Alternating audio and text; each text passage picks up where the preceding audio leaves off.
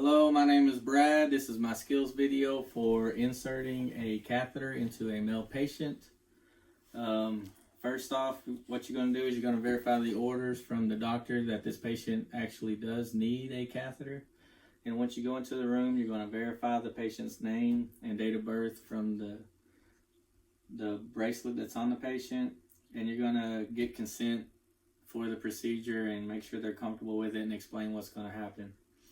Once that's done, you're going to provide privacy, hand hygiene, and you'll place some gloves on. And what you're going to do is you want to inspect the genitalia first and make sure it's clean and perform perennial care if needed to clean off any contaminants and anything. Once the patient is cleaned and they're covered up where only that's exposed, you're going to remove the gloves, perform hand hygiene, and then you're going to come over with your Foley kit and you're going to open it up.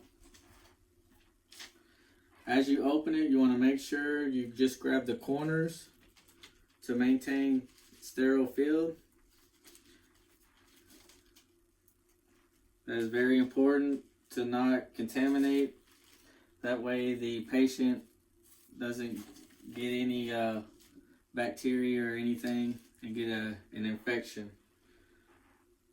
Once it's open, your gloves are on top. You'll usually have a table next to you to where you can place your gloves and set them there. You'll have a pad that you need to open up and place, an absorbent pad, and you'll place it underneath your patient's buttocks. That way they don't get wet or anything, maintaining the sterile field in the middle of it. Then you're going to go over to the table. I don't know if you can see that. And get our gloves without touching anything. You're going to touch the inside of your gloves and place your hand. These are small. Into the glove, only touching the inside, just like that. And now this hand is sterile, I'm going to reach inside the gloves and put it on this hand.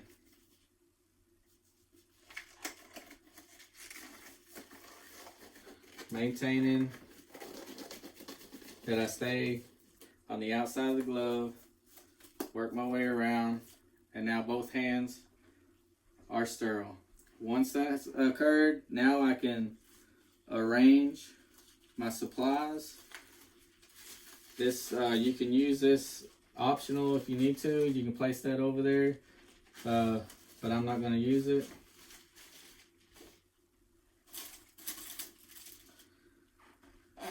You have your cleaning materials. What you would do is you would just tear this open, and then the ends of the swabs will be sticking out for cleaning. You would open your lubricant and spread your lubricant in there. That way it'll be ready for you when you need it. We're not taking a sample, so I'm going to set this to the side.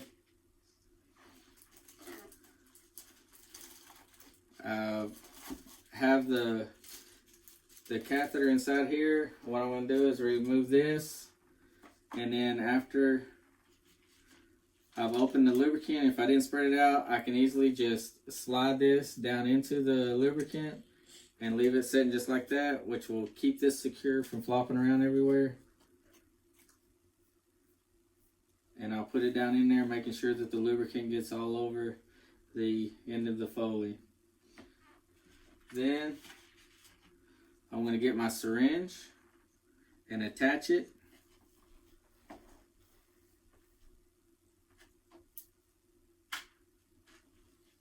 That way later on,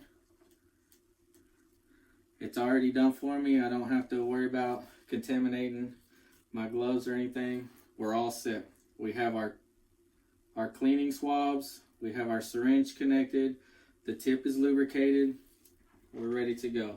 So with your non-dominant hand, what you're going to do is grab the patient's penis, and if he's uncircumcised, you're going to peel back the skin, and you're going to hold it at a position just like this, and you're going to keep it there.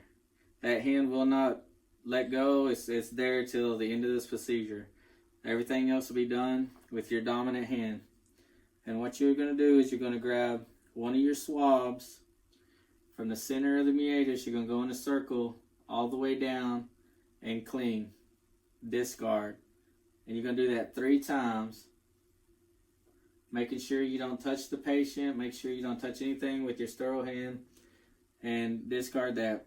Once your patient is clean and sterile, then you're going to grab the catheter, probably about 2-3 inches down. Make sure it's lubricated, and you're going to, without letting that touch anything but the sterile field that you have established, you're going to insert it into the penis while having the patient take slow, deep breaths.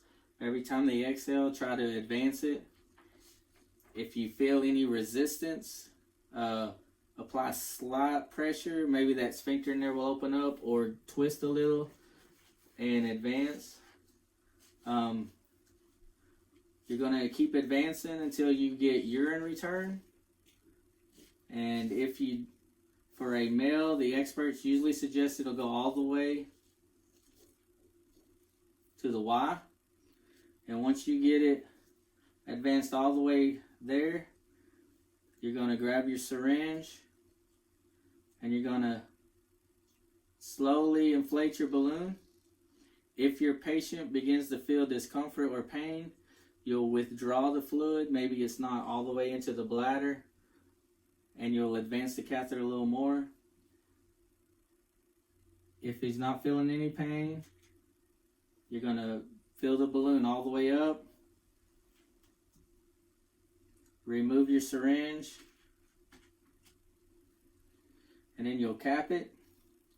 You'll pull back just a little bit just to feel the resistance and make sure that the balloon is all the way at the opening of the bladder. And then once that is complete, you have urine return, the patient is not in discomfort, your balloon is inflated, it feels securely in there, then you can let go. You're going to want to discard your gloves, wash your hands and everything, put some other gloves on, and you're going to want to hang the bag on the railing of the bed below the patient's bladder to make sure gravity flows, and we don't want any backflow into the bladder. Also, you can secure this to the patient's thigh. That way, if anything gets tugged on it, it's going to pull on the thigh and not down here on the end. Now that the patient is comfortable, the bag is hung, you're going to clean the area, discard everything, make sure the patient is in a comfortable position, bed rails up, bed alarm next to him. If there's anything he needs, we'll take care of it, and then we're going to go back and document that the patient received a catheter insertion at this time and for this reason. That's all. Thank you.